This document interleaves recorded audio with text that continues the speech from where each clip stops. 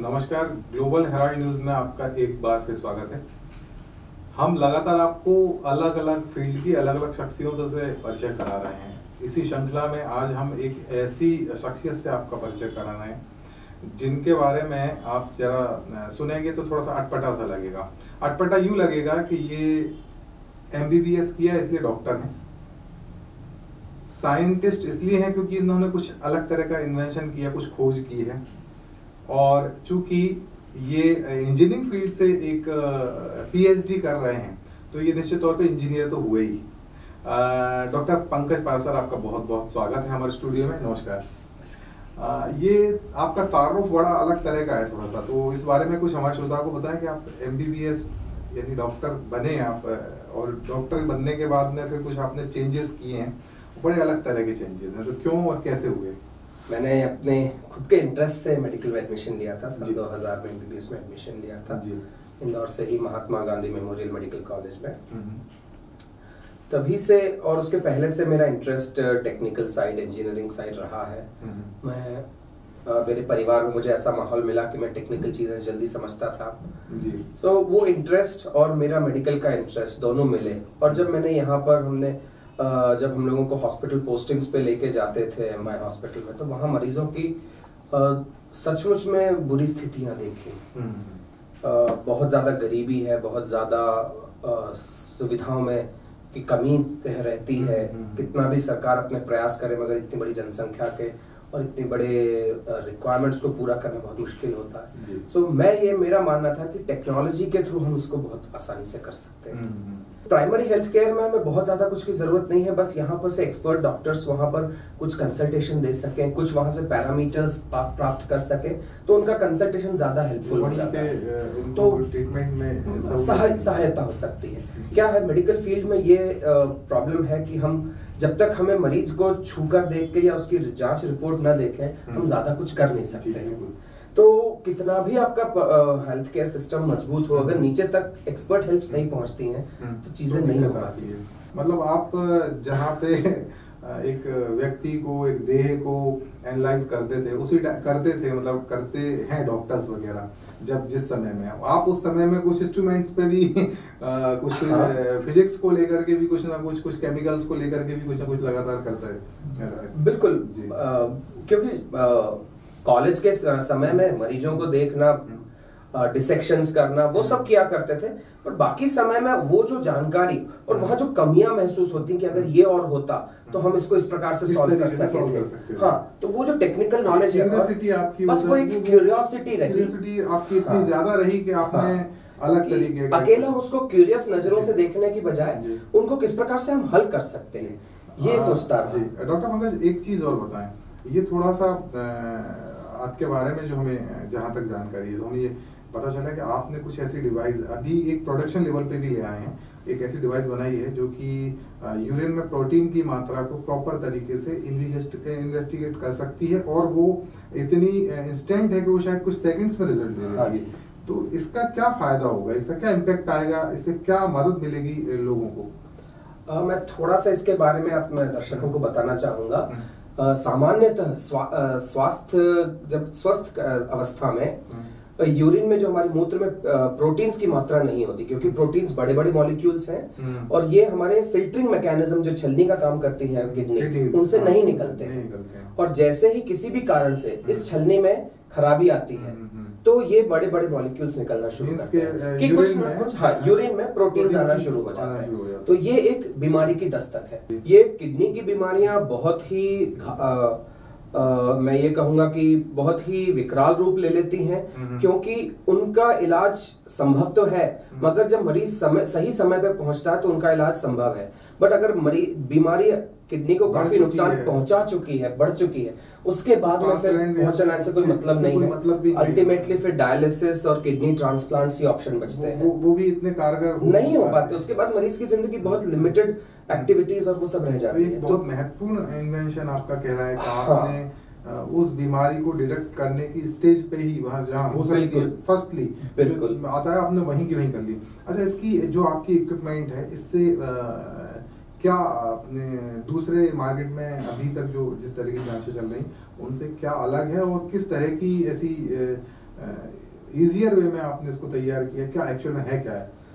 अभी अगर आपको यूरिन में प्रोटीन की जांच, इसकी दो कंडीशंस होती हैं। एक है बहुत अर्ली होता है माइक्रो प्रोटीन यूरिया, जिसमें हम एक स्पेसिफिक प्रोटीन एल्ब्यूमिन को देखते हैं, तो माइक्रो एल्ब्यूमिन यूरिया कहते हैं, जिसमें वो यूरिन में 2 मिलीग्राम से लेके 20 मिलीग्राम प्रति 100 ml यूरिन में होता है। तो इस कंडीशन में अभी किडनी को सिर्फ नुकसान होना शुरू हुआ है। इसका मतलब ये अगर ये है तो किडनी को नुकसान होना शुरू हुआ है। पर जैसे ही इसकी क्वांटिटी बढ़ जाती है 20 मिलीग्राम से, तो उसको हम मैक्रो प्रोटीन यूरिया कहते हैं, या साधारण भाषा में प्रोटीन यूरिया कहते हैं। तो वो मतलब अब बीमारी थोड़ा आगे बढ़ चुकी है और एडवांस स्टेज में आ रही है। सो आप मरीज का ट्रीटमेंट डायबिटीज या हाइपरटेंशन या दूसरी बीमारियों के लिए होता रहता है, और पीछे से ये बीमारी शुरू हो जाती है, और जब बहुत आगे बढ़ जाती है तब मरीज को पता चलता है। शहरों में तो आपके पास पैथोलॉजी लैब्स हैं जहां ये जांच हो सकती है, बट गांव में या हम बाकी जगहों पर बात करें, जो हर बार मरीज डॉक्टर के कहने पर भी कई मरीज जांच नहीं करवाते या नहीं करवा पाते, तो ये कंडीशन उनकी डायग्नोज नहीं हो पाती समय रहते, और वो फिर लेट स्टेज किडनी डिजीज का रूप ले लेती है। जनसंख्या की अगर हम बात करें तो भारत की जनसंख्या में कुछ स्टडीज के हिसाब से 8 से लेकर 17% भारतीय जनसंख्या क्रॉनिक किडनी डिजीज से पीड़ित है। अगर हम बात करें भारत की जनसंख्या के हिसाब से तो वो बहुत बड़ा फिगर हो जाता है। सो ये एक और भारत सरकार ने इसको 2017 की हेल्थ प्रायोरिटीज में तीसरे नंबर पे दिया हुआ है किडनी डिजीजेस को। सो ये एक इम्पॉर्टेंट डिजीज है, जितने जल्दी पता चलेगा हम इसका पता लगा सकते हैं। एक मेरे ख्याल से एक ऑप्शन होता है कि लैब में टेस्ट कराएं, तो उसमें क्या दिक्कत है? लैब में टेस्ट कराने के लिए अब ये होता है कि आपको सैंपल आइडियली सुबह कलेक्ट करना पड़ता है। अब वो सैंपल को आप ले जाके 10-11 बजे जब लैब खुलती है, या वो लैब कलेक्शन वाला आपके यहाँ से लेके जा सकता है। फिर उसके बाद में लैब से जब टेस्ट होगा, उसके बाद आपको रिपोर्ट कलेक्ट करने जाना पड़ेगा, और उसके बाद में फिर वो रिपोर्ट लेके आपको आपके डॉक्टर के पास जाना है। तो ये काफी इनकन्वीनियंट है। प्रेगनेंसी इंड्यूस्ड हाइपरटेंशन एक बहुत इंपॉर्टेंट एस्पेक्ट है, जिससे एक बहुत बड़ी जानलेवा स्थिति बन जाती है, जिसको हम प्री एक्लेम्पसिया कहते हैं। जो हम ये कहेंगे कि हमारे पास उतना डेटा नहीं है, इंडिया में तो फर्स्ट नहीं है cause, but Latin America, south America में प्रेगनेंसी इंड्यूस्ड हाइपरटेंशन और अफ्रीकन देशों में सबसे बड़ा कॉज है मैटरनल डेथ्स का ड्यूरिंग प्रेगनेंसी। अलार्मिंग साइन होता है कि अब इस मरीज को हाई रिस्क में पहुंच गई है, अब इसको हम यहाँ पर प्राइमरी हेल्थ सेंटर या सेकेंडरी हेल्थ सेंटर में नहीं मैनेज कर सकते, इसको बड़े अस्पताल में भेजने की जरूरत है। तो ये अगर हमको समय रहते पता चल सके, तो ये भी नहीं पता चल पाता। इसका आपका जो डिवाइस है ये इस तरीके से, एक तो जो रिलायबिलिटी है उसकी आपने बताया कि वो ज्यादा होगी, दूसरी चीज आपने बताया कि वो कास्टिंग बहुत कम रहेगी उसकी।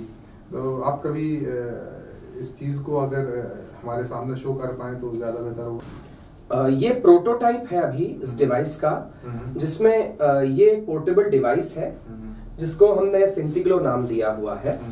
अभी ये प्रोटोटाइप वर्जन है, अभी फाइनल प्रोडक्ट वर्जन डेवलप हो रहा है। एक वैज्ञानिकों की टीम, इंजीनियर्स की टीम उस पर काम कर रही है। सो इसमें ये करना है कि आपको ये पोर्टेबल है, बैटरी ऑपरेटेड है, और इसमें ये डिस्पोजेबल क्यूवेट्स है, ये ट्यूब्स हैं। इनमें आपको यूरिन सैंपल पेशेंट का कलेक्ट करना है, साधारण यूरिन सैंपल। उसमें हमारा बनाया हुआ एक रिएजेंट जो स्पेशल इसी के लिए, इस जांच के लिए बनाया गया है, वो इसमें 5 ड्रॉप्स डालना है, 5 बूंदें, और मिक्स करके आपको इस डिवाइस के अंदर रख देना है।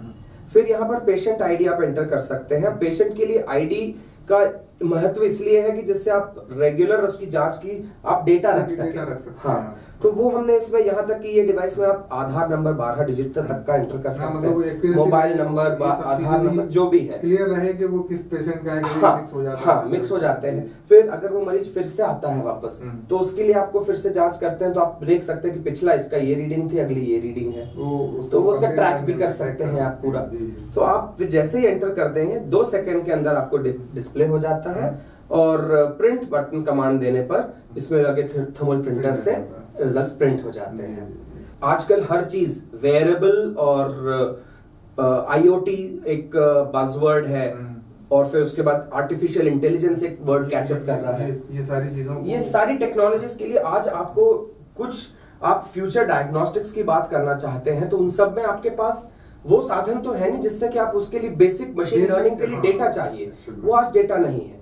सो ये डेटा से, जो मशीन से जो डेटा जनरेट होता है, वो मशीन लर्निंग, और ये खुद मशीन सीखती है और उसको इंप्लीमेंट करके अपनी एक्यूरेसी खुद सुधारती है। सो ये एक स्मार्ट डिवाइसेस का सारा डेटा स्मार्टफोन पे आ सकता है, और आप कहीं पर भी बैठे हो अपने मरीज का डेटा देख सकते हैं। डॉक्टर साहब, इसका आपने पेटेंट कराया है? हाँ, इसके लिए हम लोगों ने पेटेंट एप्लीकेशन फाइल की हुई है, पेटेंट गजट में पब्लिश हो चुका है, और अब वो हाँ सर्च की फेज में है। मैं इस बारे में और हम जानना चाहते हैं, उस वक्त आपकी डिवाइस को लेकर के बढ़ी होगी हमारे दर्शकों में, तो ये कब तक प्रोडक्शन में आएगा और किस तरीके से ये हम लोगों के यूज में कब तक आने लगेगा? अभी हम इसका जो वर्जन तैयार कर रहे हैं वो जनरली हॉस्पिटल्स, डॉक्टर्स और छोटे पैथोलॉजी लैब्स के लिए है, जहां पर जिससे इसकी जो पहली जिनकी सबसे ज्यादा नीड है उनके लिए, कि मैं एक डॉक्टर हूं, मेरे पास अगर ये डिवाइस होता है तो मैं मेरे पास आने वाले मरीज को वहीं के वहीं जांच के देख सकता हूं कि उसको ये जांच की जरूरत है या उसकी किडनी खराब हो रही है या नहीं। क्योंकि ये जांच मेरे डिवाइस पे जो हम लोगों ने काम करके बनाया है, उस पे करीब डिवाइस पे जांच की कीमत 30 रुपए के आसपास पड़ेगी, और अगर हम वहीं पे पैथोलॉजी लैब की बात करते हैं तो उसकी जांच पे वही कॉस्ट, अगर हम बात करें तो बड़ी पैथोलॉजी लैब्स में करीब 500-600 रुपए की जांच होती है।